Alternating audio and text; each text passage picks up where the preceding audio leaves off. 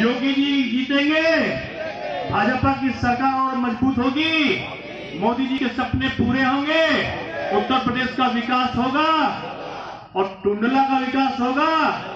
अगर होगा तो दोनों हाथों को बिल मिलाओ और गुजरा दो, ये सपा बसपा माकपा भाकपा को सूचना पहुंचा दो कि क्षेत्र एक दूसरे के साथ में हाथापाई और तमाम अनुशासनहीनता की घटनाएं देखने को मिलती है।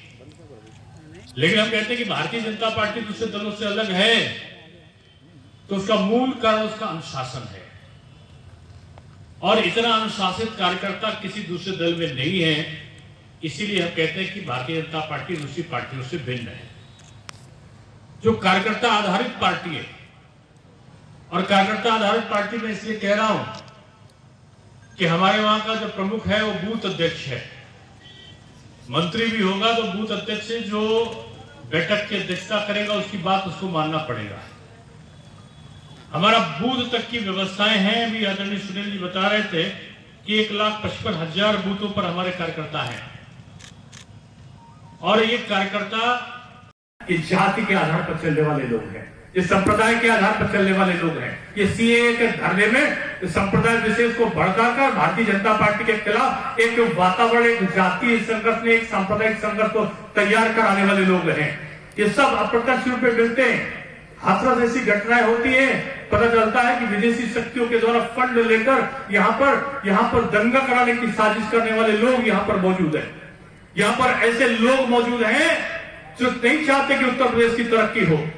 आज मुख्यमंत्री ने 1 डिस्ट्रिक्ट 1 प्रोडक्ट के आधार पर जगह जगह छोटे छोटे उद्योगों को लगाने का काम किया है। इन्वेस्टमेंट आज चीन से कंपनियां छोड़ रही हैं तो वियतनाम और कोरिया नहीं जा रही हैं, वो हिंदुस्तान में आ रही है, और हिंदुस्तान में भी उत्तर प्रदेश में आ रही है। कल ही सैमसंग का एक बहुत बड़ा करार हुआ है, और सैमसंग अपना मशीनों को लेकर चीन को छोड़कर वो उत्तर प्रदेश में आई है, और उत्तर प्रदेश में आने के बाद में उत्तर प्रदेश में अपनी बड़ी भारी फैक्ट्री लगाकर हजारों लोगों को यहाँ पर रोजगार देने जा रही है। तो आज उत्तर प्रदेश बढ़ती हुई प्रगति का पंचायत बनकर सामने आ रहा है।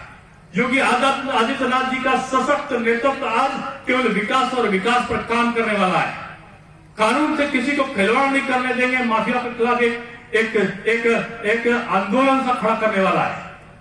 और जो माफिया को प्रश्रय देने वाले लोग हैं आज वो आतंकित हैं, और वो नहीं चाहते कि सरकार ऐसी रहे जो माफियाओं के खिलाफ, बदमाशों के खिलाफ कार्रवाई करे। इसलिए आप सबको ऐसे लोगों से सतर्क रहना है। सपा बसपा को जवाब देने के लिए आपको तैयार होना है। ये दल जाति के आधार पर पैदा हुए हैं, ये दल क्षेत्र के आधार पर पैदा हुए हैं, ये दल फूट दलों की संस्कृति के आधार पर काम कर रहे हैं। ये दल आपको संकीर्ण मानसिकता की ओर ले जाने वाले दल के रूप में काम कर रहे हैं।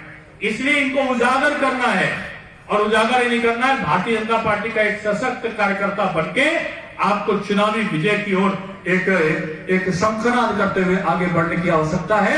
इसलिए मैं आप सबको आह्वान करने के लिए यहाँ पर आया हूँ, और मुझे बड़ी खुशी है कि आज बदलता हुआ इस समय में कोरोना से संक्रमण काल में आप लोग चुनाव का सामना कर रहे हो। कल माननीय प्रधानमंत्री जी कह रहे थे कि कोरोना गया नहीं है, वायरस अभी जिंदा है, और सही में वायरस अभी जिंदा है। क्योंकि भाषण करना था तभी मैंने इसको रखा है, तो मैं लगा के ही बात कर रहा था। आपका ये मास्क जो है ये आपकी रक्षा करने वाला है। चुनाव में लगोगे लेकिन ये मास्क आपका लगा रहेगा।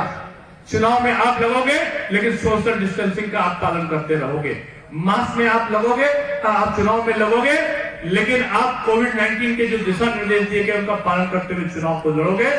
विजय आपका चरण छूएगी, मैं ये जानता हूं। इसलिए मैं आप सबसे पूछना चाहता हूं, अगर आप मेरी बात से सहमत हो तो हाथ उठाकर बताना कि आप सहमत हो कि नहीं सहमत। मैं पूछता हूं, प्रेमपाल सिंह धनगर जीतेंगे? या जोर से बोल के बताओ।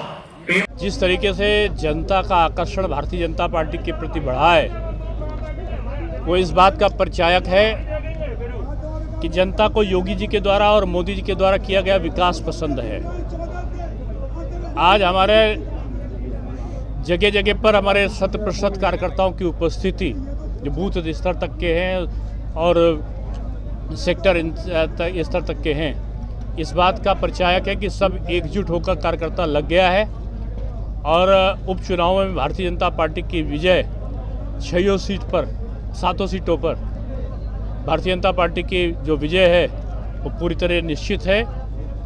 जो आज उत्तर प्रदेश में विकास कार्य हुए हैं उनको देखते हुए मैं कह सकता हूँ कि तमाम बाहर की कंपनियां उत्तर प्रदेश में आ रही हैं। अभी मैंने सैमसंग का उदाहरण दिया कि सैमसंग चीन छोड़कर उत्तर प्रदेश आई है और उत्तर प्रदेश में बहुत बड़ी फैक्ट्री अपनी लगाने जा रही है और जिसका सीधा लाभ लोगों को रोजगार से मिलेगा। भारतीय जनता पार्टी के उसमें 3 लाख से ऊपर 3.5 लाख लोगों को हम रोजगार दे चुके हैं और 3 लाख लोगों को और रोजगार देने जा रहे हैं। इनमें केवल सरकारी नौकरियों का हमने जिक्र किया है। जो दूसरे तरीके से रोजगार दिए हैं जिसमें हमने अप्रत्यक्ष रूप में बैंकों से लोन देकर छोटे व्यापारों को आगे बढ़ाकर छोटे छोटे उद्योगों को लगाकर जो हमने उद्योगों को लगाया है उनको उनमें जो रोजगार उत्पन्न हुए वो अलग से हैं। यानी लाखों लोगों का रोजगार देने का काम हमारी भारतीय जनता पार्टी सरकार ने किया है। हम जाति, धर्म, क्षेत्र और संप्रदाय से अलग हटके हम सबको साथ में लेकर चुनाव लड़ रहे हैं। इसलिए ये चुनाव में मैं कह सकता हूं कि भारतीय जनता पार्टी की स्थिति बहुत मजबूत है। मंडल उपाध्यक्ष की हत्या कर दी है।